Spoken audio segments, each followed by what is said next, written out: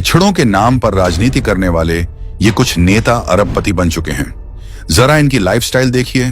कोई Rolls Royce में शाही entry मारता है, कोई करीब 3 लाख के जूते पहनता है, कोई लगभग 10 लाख से ज्यादा का बर्थडे सेलिब्रेशन करवाता है। सच में आज हमारे देश में पिछड़ों का इस्तेमाल करके उनके जज्बात से खेलकर अरबपति बनना उतना ही आसान है जितना बिजनेस करके अरबपति बनना मुश्किल। अब देखिए चंद्रशेखर आजाद रावण को, जिन्हें सांसद बने अभी 1 साल भी नहीं हुआ, और जनाब अमेरिका में लगभग नीता अंबानी के गाड़ी जितनी महंगी करीब 6 से 7 करोड़ रुपए की रोल्स रॉयस में सैर कर रहे हैं। भारत में दलितों की हालत पर आंसू बहाकर वोट मांगते हैं और फिर उन्हीं वोटों की वैल्यू को डॉलर में बदलकर अमेरिका की सड़कों पर रईसी का जुलूस निकालते हैं।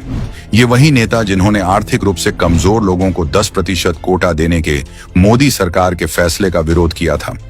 फिर आते हैं आम आदमी क्रांति वाले केजरीवाल, जो कभी मफलर लपेटकर बोले थे, मैं तो आम आदमी हूं।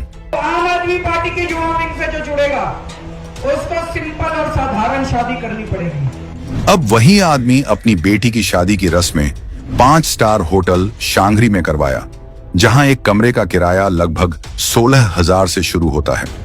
इससे पहले 45 करोड़ का शीश महल बनवाया। सत्ता गई तो पंजाबियों के पैसों पर Z+ सिक्योरिटी के साथ महंगी महंगी गाड़ियों के काफिले लेकर घूमते हैं। इस लिस्ट में आजादी से पहले से भी शानो शौकत वाली जिंदगी जीने वाले परिवार के शहजादे भी पिछड़ों वाली राजनीति करते हैं। राहुल गांधी कहते हैं 52 साल हो गए, मेरे पास घर नहीं, लेकिन बर्बरी की 60,000 की जैकेट, 41,000 की टी शर्ट और 3 लाख के स्नीकर्स पहनकर घूमते हैं।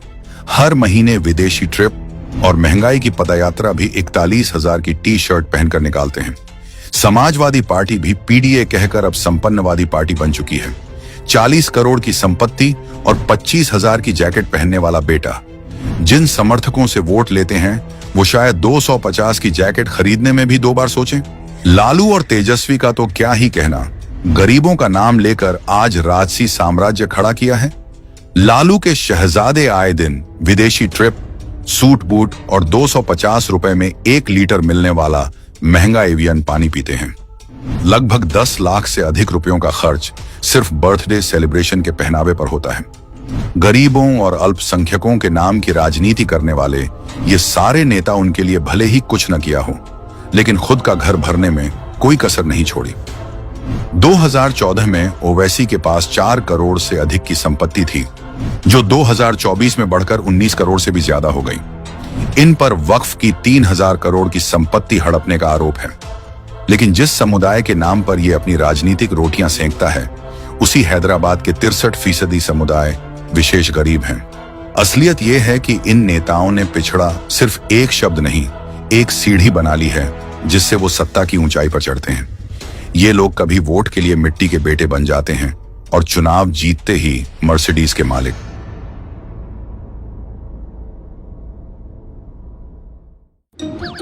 Mark yourself safe from Mahathag Bandhan. Pledge now.